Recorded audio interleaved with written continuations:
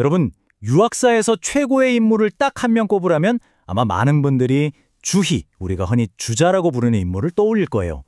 흩어져 있던 유학의 생각들을 하나로 모아서 신유학이라는 정말 거대한 철학 시스템을 완성한 사람이니까요. 그런데 말이죠. 만약 이 위대한 유학자가 사실은 평생의 라이벌이었던 불교의 설교도를 몰래 가져와서 자신의 철학을 세웠다면 어떠세요? 네, 오늘 이야기는 바로 이 엄청난 질문에서 시작하는 겁니다. 아니, 어떻게 유학의 최고봉이라는 사람이 가장 비판했던 불교의 틀을 빌려와서 완전히 새로운 철학을 만들 생각을 했을까요? 지금부터 그 치열했던 생각의 싸움, 그 한가운데로 한번 들어가 보겠습니다. 자, 그럼 첫 번째 이야기부터 시작해 볼까요? 신유학이라는 이 거대한 건축물을 제대로 이해하려면요. 먼저 그 설계자인 주희의 예상치 못한 과거, 그러니까 그가 불교와 얼마나 깊은 관계였는지부터 들여다봐야 합니다. 맞아요. 바로 이 부분이 모든 이야기의 출발점이라고 할 수 있어요. 신유학의 설계자가 처음부터 막 순수한 유학자였던 게 아니라는 거죠. 오히려 훗날 자기가 넘어서야겠다고 생각했던 바로 그 사상, 불교. 그중에서도 내면의 깨달음을 중요하게 여기는 선불교를 아주 깊이 공부했다는 겁니다. 오죽했으면 스스로 마음과 본성에 대한 공부는 선의 길에서 배웠다, 이렇게 말할 정도였을까요? 자, 그럼 이제 진짜 핵심으로 한번 들어가 볼게요. 주희는 단순히 불교를 비판하고 끝낸 게 아니었어요. 유학을 다시 세우기 위해서 불교가 가지고 있던 아주 정교한 철학적인 구조 자체를 가져왔다는 겁니다. 이걸 설명하는 아주 기가 막힌 개념이 있습니다. 바로 대항적 수용이라는 건데요. 이게 뭐냐면 라이벌을 이기기 위해서 라이벌의 장점, 특히 그 생각의 틀을 그대로 빌려오는 전략을 말하는 거예요. 주희는 우주의 본질이 뭐냐, 우리 마음은 어떻게 움직이나 같은 불교의 심오한 질문들을 피하지 않았어요.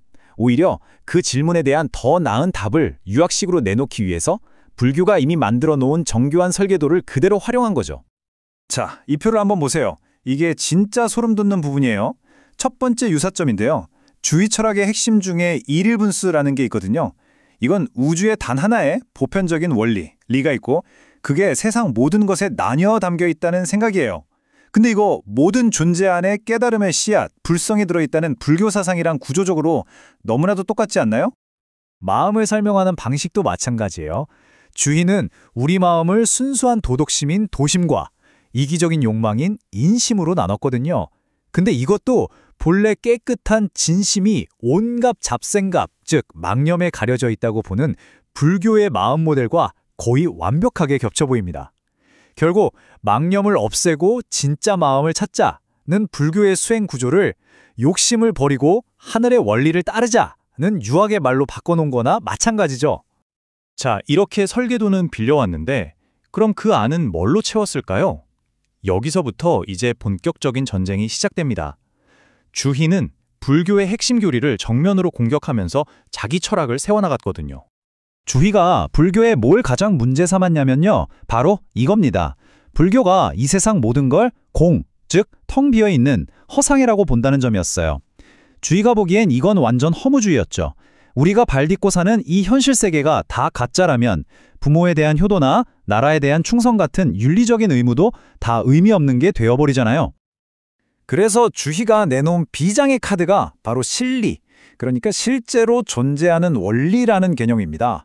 그가 말하는 우주의 원리, 리는 텅 빈 게 아니에요. 인, 의, 예, 지 같은 구체적인 도덕적 성격을 가진 실체라는 거죠. 이게 바로 불교의 공사상에 맞선 주희의 대답, 실제였던 겁니다.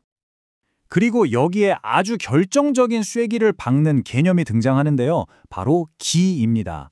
아무리 훌륭한 원리인 리가 있어도 그걸 담아내는 물질적인 재료, 기가 없으면 아무것도 존재할 수 없다고 본 거예요. 이걸로 현실 세계는 분명히 존재한다는 걸 못 박아버린 거죠. 현실을 떠나서 깨달음을 얻으려는 불교와는 완전히 다른 길을 가겠다고 선언한 셈입니다.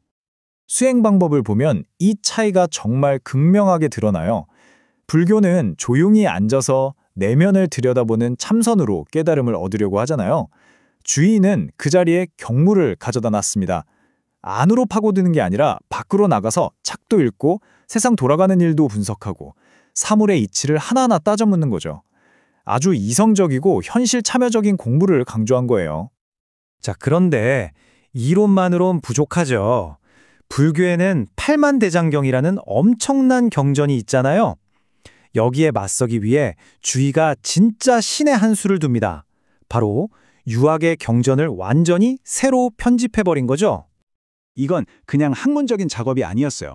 불교의 방대한 경전 시스템에 대항할 수 있는 아주 강력하고 체계적인 유학만의 핵심 교과 과정을 만든 굉장히 전략적인 움직임이었습니다.